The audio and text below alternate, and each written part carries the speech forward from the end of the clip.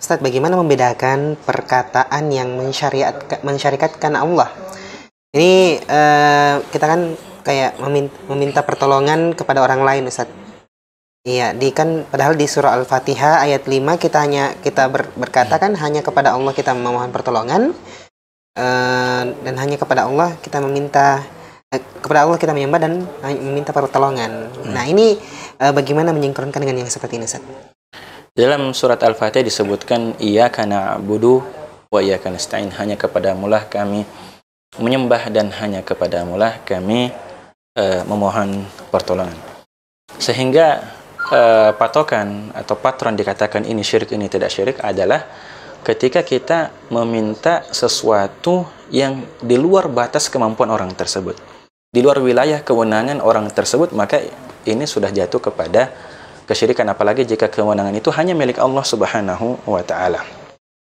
Adapun hal-hal yang dia mampu untuk melakukannya, ya, seperti permintaan Nabi Musa alaihissalam kepada anak muda yang menemaninya dalam perjalanan menuntut ilmu untuk diambilkan ikannya, ini kan sesuatu yang dia mampu, ya. Dan sangat banyak ya kita temukan di dalam kisah para nabi, kisah Nabi SAW sendiri dalam sirah nabawiyah yang meminta untuk melakukan sesuatu. Nabi SAW meminta untuk disisirkan oleh istrinya Aisyah radhiyallahu anha. Nabi SAW minta ini dan itu dan lain sebagainya pada sesuatu dan hal-hal yang memang mampu dilakukan oleh manusia, dan itu sesuatu yang sangat wajar. Bahkan ini sebuah kebaikan ketika kita membantu seseorang. Wallahu fi auni al-abdi ma kana al-abdu fi auni akhihi. Seseorang itu selalu berada dalam pertolongan Allah selama seseorang tersebut menolong hambanya, ya, atau menolong saudaranya. Maka justru bantuan seperti ini adalah hal yang dianjurkan, ya. Kapan dia dikatakan syirik? Ketika dia meminta sesuatu yang sebenarnya ini wilayah dan kewenangan Tuhan, ya, wilayah dan kewenangan Allah Subhanahu wa Ta'ala.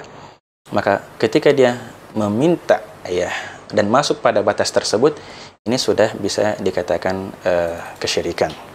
Seperti meminta untuk dipanjangkan umurnya, ya, kemudian diberikan rezeki yang berlimpah, diperbaiki keadaannya, ya, menolak bala dan lain sebagainya kepada orang yang tidak mampu melakukan itu. Ini sudah di luar batas kemampuan dan kewenangan seorang hamba, dan bahkan ini hanya berada dalam wilayah kekuasaan Allah Subhanahu wa Ta'ala, dan inilah kesyirikan. Nah,